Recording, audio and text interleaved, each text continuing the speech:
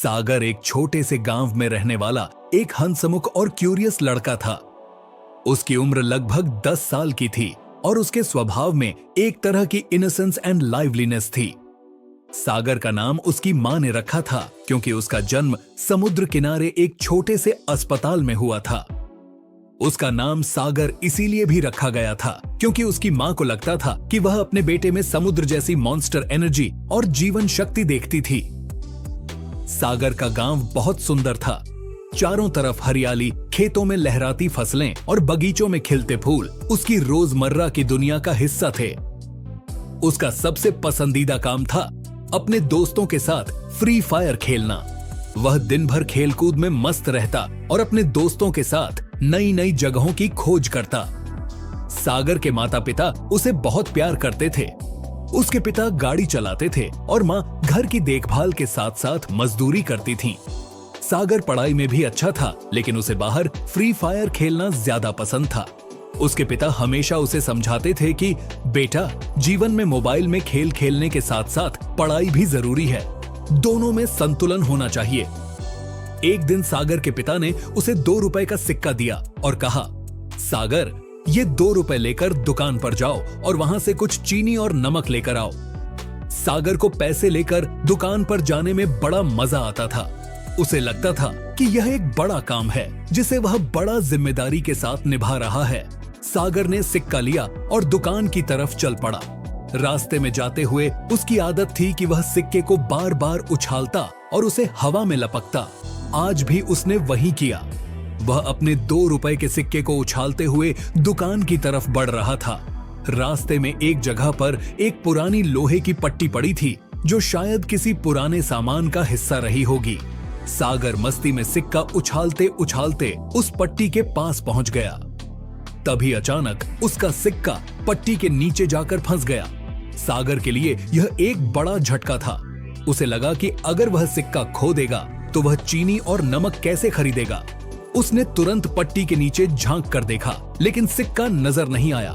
उसने अपनी पूरी ताकत लगाकर पट्टी को उठाने की कोशिश की, लेकिन वह बहुत भारी थी। सागर ने सोचा कि शायद पट्टी को थोड़ा और खिसकाकर वह सिक्का निकाल सकेगा।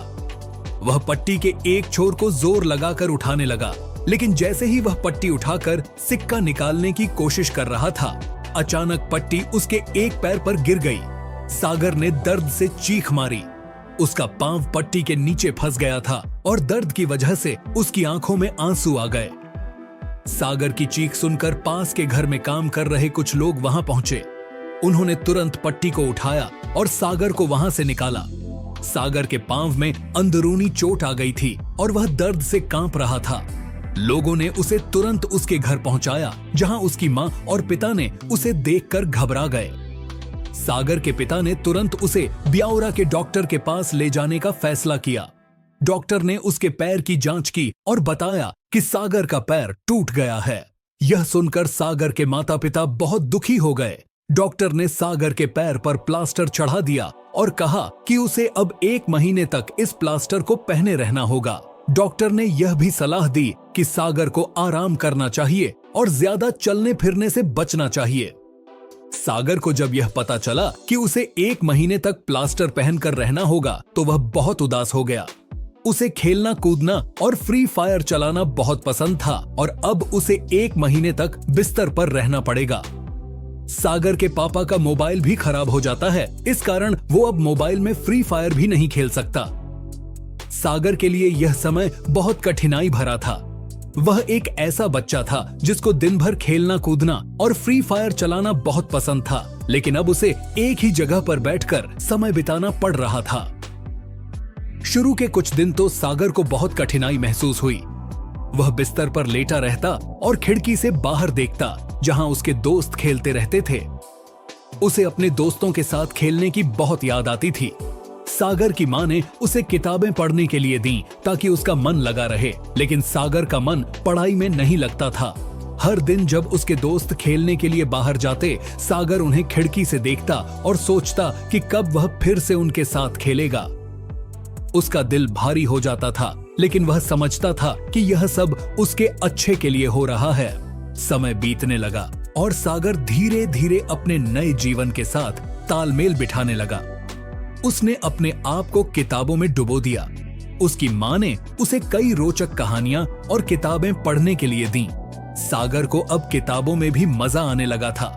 वह कहानियों की दुनिया में खो जाता था और उसे अपने पैर की तकलीफ का एहसास नहीं होता था। सागर के दोस्तों ने भी उसकी हालत को समझा और वे रोज उसकी मदद के लिए आते। वे उसके पास बैठते, उससे बातें करते और कभी कभी उसे हंसी मजाक में उलझा देते। इससे सागर का मन हल्का हो जाता था। उसके दोस्त उसके लिए खेलों की कहानियां लेकर आते और उसे बताते कि उन्होंने आज क्या किया। सागर को अब महसूस होने लगा कि दोस्तों का महत्व क्या होता है। उसने सीखा कि सच्चे दोस्त वही होते हैं जो दुख और तकलीफ के समय भी आपके साथ खड़े रहते हैं। इस 1 महीने के दौरान सागर ने सिर्फ किताबों से ही नहीं बल्कि एक नई रुचि भी विकसित की। वह घर में बैठे बैठे अपनी माँ के काम को ध्यान से देखता था। उसकी माँ रसोई में तरह तरह के पकवान बनाती थी और सागर को उनकी खुशबू बहुत पसंद थी। एक दिन सागर ने अपनी माँ से कहा, माँ, मुझे भी कुछ बनाना सिखाओ। उसकी माँ ने उसे देखकर हंसते हुए कहा, तुम्हें तो खेलने कूदने से फुर्सत ही नहीं मिलती थी, अब क्या रसोई में आ गए? सागर ने हंसते हुए कहा, अब तो खेलने का मौका नहीं है, तो क्यों ना कुछ नया सीखूं। उसकी माँ ने उसे कुछ आसान पकवान बनाना सिखाना शुरू किया। सागर ने धीरे धीरे रसोई में अपनी माँ की मदद करना शुरू कर दिया। उसने सीखा कि कैसे चाय बनाते हैं, कैसे खिचड़ी पकाते हैं और कैसे आटा गूंथते हैं। उसे इसमें बहुत मजा आने लगा। समय के साथ सागर का पैर धीरे धीरे ठीक होने लगा। 1 महीने बाद जब डॉक्टर ने उसका प्लास्टर उतारा तो सागर को बहुत खुशी हुई। वह अपने पैरों पर फिर से खड़ा हो पाया। हालांकि डॉक्टर ने उसे बताया कि अभी उसे थोड़ा ध्यान रखना होगा और धीरे धीरे चलना फिरना होगा। सागर ने डॉक्टर की बात मान ली और धीरे धीरे चलने की प्रैक्टिस करने लगा। उसके दोस्त भी उसकी मदद करते थे। वे उसके साथ धीरे धीरे चलते और उसे सहारा देते।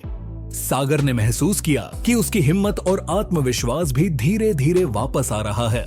सागर की पूरी तरह से ठीक हो जाने की खुशी में उसके माता पिता ने गांव में एक छोटी सी पार्टी का आयोजन किया।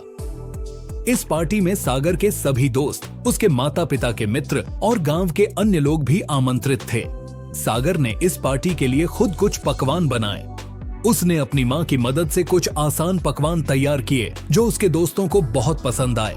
पार्टी में सभी ने सागर की तारीफ की और कहा कि उसने कितनी जल्दी और अच्छी तरह से खाना बनाना सीख लिया है।